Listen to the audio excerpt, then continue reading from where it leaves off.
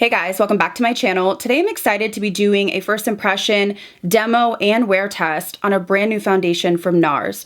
Now I have not seen this anywhere. I received this package last night and I was texting my friend Cheryl and kind of Googling all over trying to figure out if this was a new product or maybe a re-promote that I had not heard of. I was pretty sure it was new and I am 99% sure it's new because I can't find like reviews, can't find it on their website or anything. So this new foundation is called the Light Reflecting Foundation. I do have a little bit of information about it, but I don't have like cost.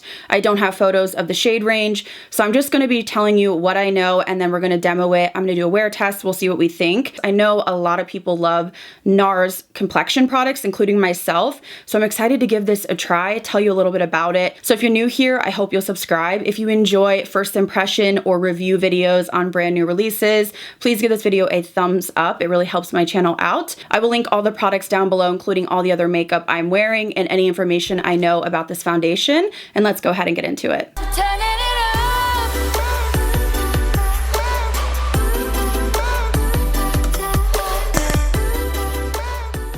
So I've zoomed you in, and before we get into the demo, I want to tell you what I know about this foundation. I don't know a lot, but there is some information on the card they sent with these foundation samples. So they did send me 3 different shades. It says on the card that there are 36 shades available. I don't have a photo of that, so I can't comment on the shade range, but 36 seems pretty fair. This is called the Light Reflecting Foundation, Skin in its Best Light. Makeup that looks like skin, acts like skincare, feels light as air. See your skin in its best light with an advanced makeup skincare hybrid that instantly blurs the look of blemishes, dark spots, redness, and textured skin while improving skin's clarity over time. Medium buildable coverage, natural finish, breathable all-day wear, suitable for most skin types, including sensitive skin. It will be available January 13th at Sephora and then January 14th on the Nars website. As of right now, that is the only information I have about this foundation. I wasn't able to find the price or the ingredients, but of course I'm excited to try it out. Now, in terms of the packaging, it comes in a glass bottle with a plastic top that is matte, and then it does have a pump, which is my preferred packaging. You do get 1 ounce, which is typical and standard for foundations. So here's the consistency of the foundation. It's not overly liquidy, but it definitely does run down the hand. So this first shade is called Santa Fe M2. The next shade they sent is Patagonia, which is M1.2. And then lastly, they sent Stromboli, which is M3. Now I do use Stromboli in their soft matte foundation, but I use it mostly as a mixer. Again, I have a hard time with Nars foundations, just trying to find the right shade. I think I'm gonna go with the middle shade. I feel like that will be the best one just because Santa Fe looks a little bit too cool tone for my liking. So we'll try this one out, but I'm interested to see the coverage and see how this sits on the face. It does say a natural finish, medium coverage. So I'll have to test out whether it gets oily, breaks up, if it looks dry. So now that we've swatched them, let's go ahead and jump into applying them. I already primed my skin with my Tatcha Dewy Skin Cream, and then I used a little bit of my Lancome Blur and Go stick just around my nose area. I'm gonna go ahead and apply half of this with a beauty blender and then half with a brush, and we'll see which finish we prefer. I'm gonna start out with the brush on this side, and I'm gonna be using a BK Beauty 106. It's one of my favorite brushes. I just took some off the back of my hand. Okay, coverage is looking good.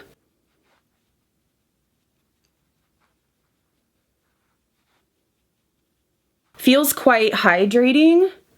I think probably because it is a skincare and foundation hybrid.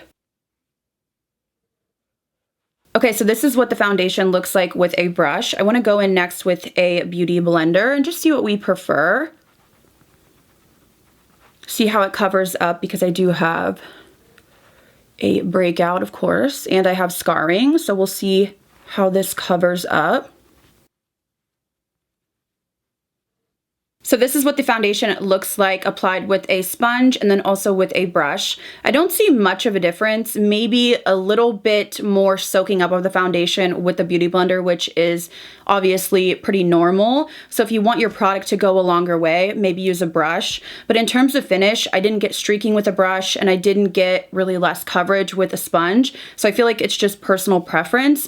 It is accentuating my pore area, which is pretty typical, especially for a foundation that's not matte. Typically anything that's like natural or dewy will accentuate my texture, but hopefully powder will help that. So I feel like overall the coverage is medium. I would say it covered all my redness pretty easily. I did have to use 2 pumps on each side. The pumps are smaller though, just because the way that they come out. So I don't foresee like running through this, you know, crazy fast. I would say I definitely feel it is natural, definitely leaning hydrating for me personally.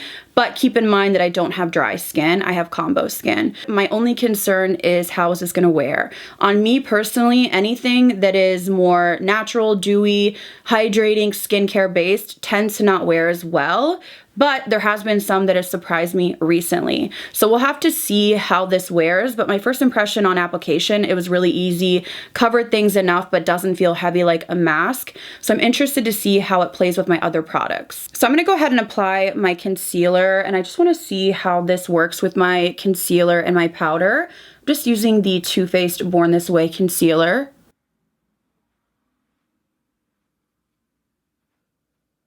So it seemed to play nicely with my concealer. It blended just fine. I did notice a little bit of my redness peeking through, which I've noticed a lot with, again, more hydrating or skincare type of foundations or complexion products.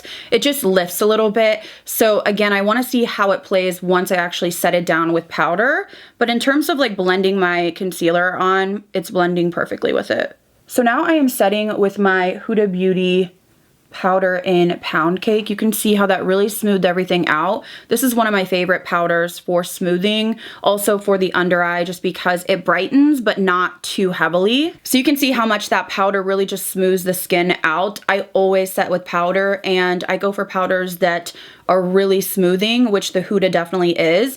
I didn't have any issues setting it. I didn't have any like transfer. Sometimes I find with the skincare sort of foundations, I have issues with them transferring and lifting. Even when I'm using powder, sometimes it removes the coverage, but I didn't really notice that. So I'm gonna go ahead and set the other side and finish my brows, and then we will do some bronzer and blush and see how it blends on top. So I went ahead and finished my makeup. Everything blended fine over the foundation. I really have nothing negative to say as of right now. I want to see how this will wear. I'm not going to put any setting sprays or anything on because I want to see how this will hold up by itself. I have a couple appointments to go to. So right now it is about noon. I will be back hopefully to do a check-in maybe around like 4, and then we'll do another check-in later tonight. I'll try to do at least an 8-hour wear test to see how this will hold up. And of course, I'll keep testing it moving forward to give my full review later on. So I'm gonna go ahead and head out to my appointment, and I will see you guys in a few hours. All right, guys, so I'm back for my first check-in. It's about 4 o'clock, so it's been about 4 hours so far, and I'm noticing a couple things I wanted to point out. So oddly enough, I feel like I'm looking a little bit more textured on this side of my face, the side that I use the Beauty Blender to apply, and a little smoother and less oily on the side I used a brush. So I'm wondering if application matters in the sense that if you have dry skin, maybe you would prefer to use a Beauty Blender just to give you that extra hydration, because I definitely do feel like I'm looking a little bit more oily on the side that I use the Beauty Blender. So if I were to be out right now, I would just pat this with some powder and then keep it moving, but I don't want to touch it yet because I really want to see how it's going to keep wearing in terms of oil. Am I going to be like really oily in a few more hours, or is it just going to kind of stop here?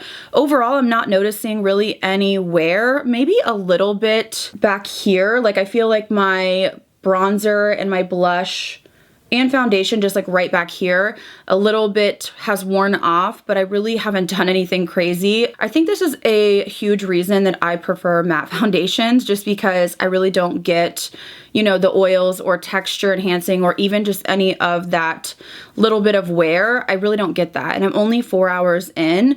So for me, I'm one of those people that foundation doesn't stay on perfectly on me. So I think that's why I do opt for something like the double wear or just matte foundations in general if I want it to wear all day. Maybe just a little bit of wear on my chin and then back here, very slight, very minimal oil, but I can definitely feel like if I touch my face, especially this side and my chin, it's definitely getting oily. So we'll have to keep an eye on that, although I am combo skin, so these are the areas that I would get oily first. So I'll keep you guys updated, and we'll check in maybe another 3 or 4 hours and see how the foundation has held up after a good 8-hour wear. So I'll see you guys then. All right, guys, so I'm back to do my final check-in. It is almost 8 o'clock, so it's 7:38. To be honest, I want to rip my lashes off and I want to wash my face and cuddle up. It is New Year's Eve, so we're just going to be hanging out.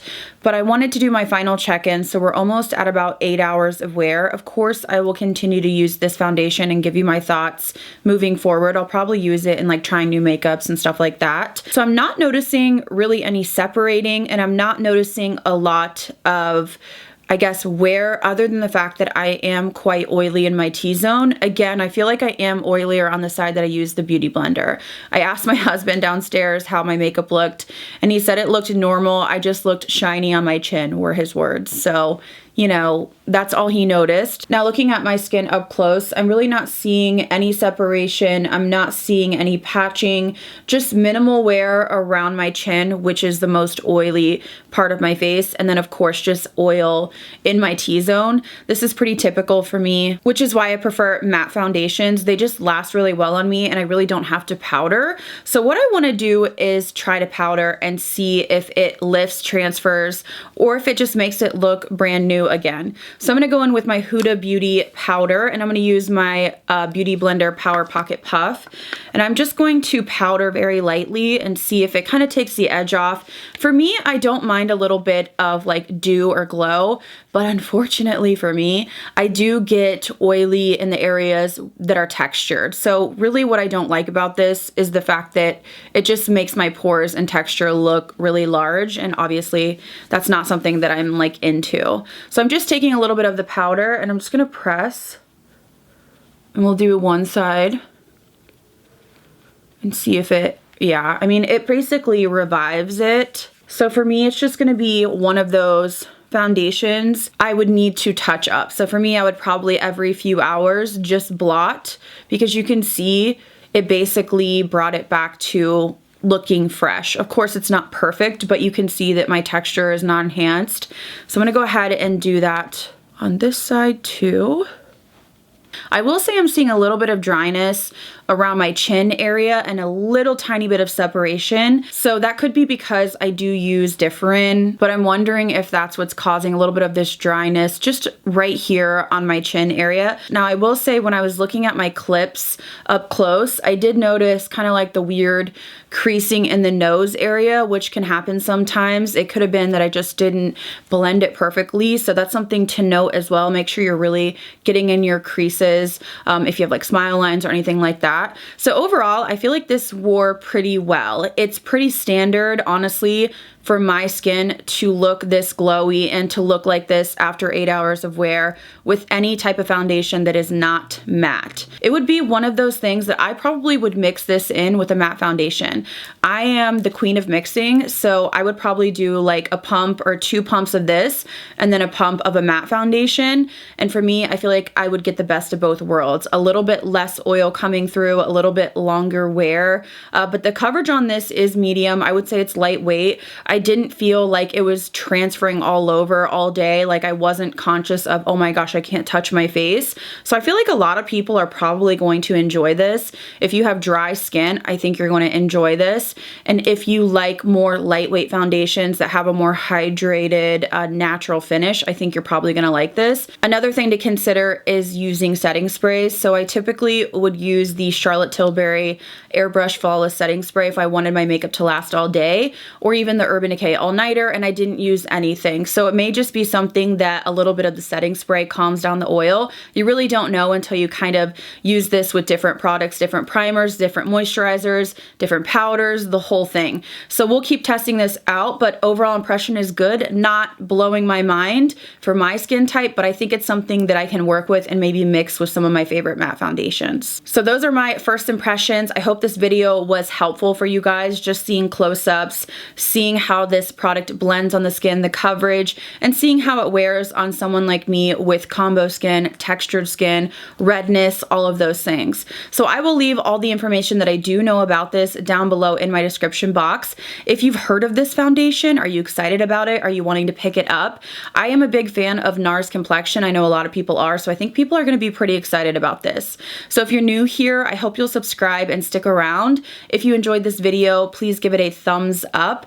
Let me know down below your thoughts on this release, if you're going to pick it up or you're going to pass over it, and also your thoughts on how the foundation wore on me. Thank you guys again so much for watching. I'll see you in the next video.